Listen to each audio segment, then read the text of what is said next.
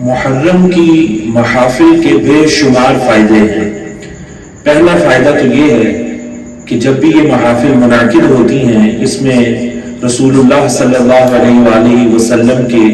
خاندان والوں کا ذکر ہوتا ہے، اہل بیت کا ذکر ہوتا ہے، صحابہ کرام علیہم رضوان کا ذکر ہوتا ہے، رسول اللہ علیہ السلام کی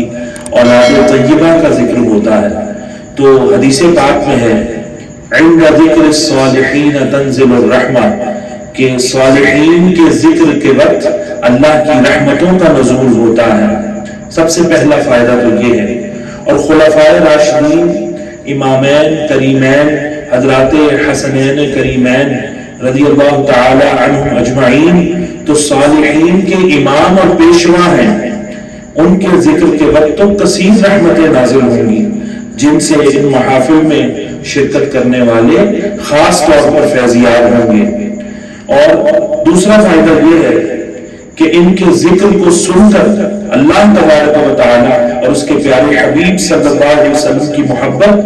اور ان کی اطاعت اور فرما برداری کا جذبہ پیدا ہوتا ہے۔ تیسرا فائدہ یہ ہے کہ حضرت امام حسین رضی اللہ تعالی عنہ کا تذکرہ دین اور مذہب کی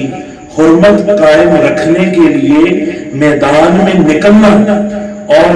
اعلاء کلمت اللہ کے لیے، اللہ کے دین کی سربلندی کے لیے آپ کا کلمت الحق کو بلند کرنا اور طرح طرح کی مصیبتوں کو برداشت کرنا اور صبر و تحمل کا دامن ہاتھ سے نہ چھوڑنا، 3 دن کا بھوکا اور پیاسا رہنے کے باوجود چھوٹے چھوٹے بچے رو رہے ہیں، بلک رہے ہیں، اس کے باوجود آپ کا حق کی حمایت پر ڈٹے رہنا اور باطل کے سامنے سر نہ جھکنا، عزیزوں کی لاشیں، اقربا کی لاشیں خاک اور خون میں لت پت تڑپتی ہوئی دیکھ کر بھی حرف شکایت زبان پر نہ لانا اور ہر حال میں راضی برضائے الہی رہنا اور مقام صدق و صفا میں ثابت قدم رہنا۔ اور ان باتوں کے سننے سے دل میں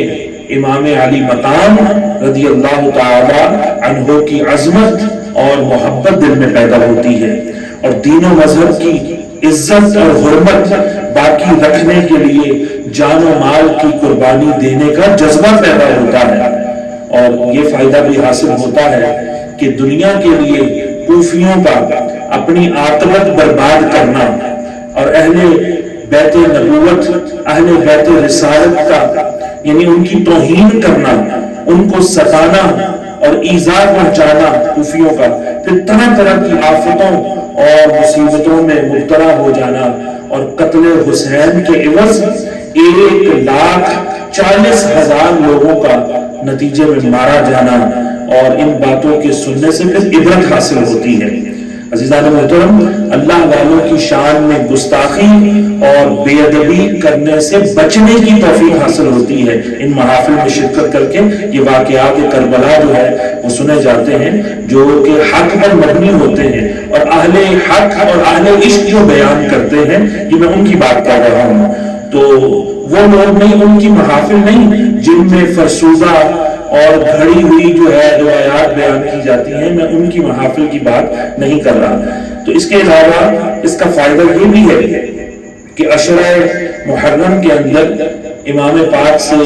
محبت رکھنے والے، یعنی اس محبت کا جھوٹا دعویٰ کرنے والے جو ہیں، جو طرح طرح کی خرافات پر مبنی باتیں کرتے ہیں اور ناجائز باتیں جنہوں نے رائج کر رکھی ہیں، ان محافل کی برکت سے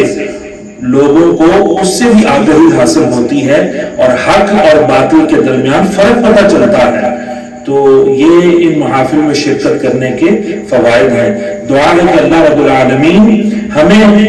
اور آپ کو جو ناظرین ہیں، سامعین ہیں، سامعات ہیں، سب کو ہر سال محافل محرم الحرام کی جو ہے انعقاد کرنے کی توفیق عطا فرمائے، ان میں شرکت کرنے کی توفیق عطا فرمائے، بزرگان دین کا ذکر جمیل سننے سنانے اور اس سے عبرت اور نصیحت حاصل کرنے کی بھی اللہ توفیق عطا فرمائے۔ اللہ کے محبوب بندوں کو ستانے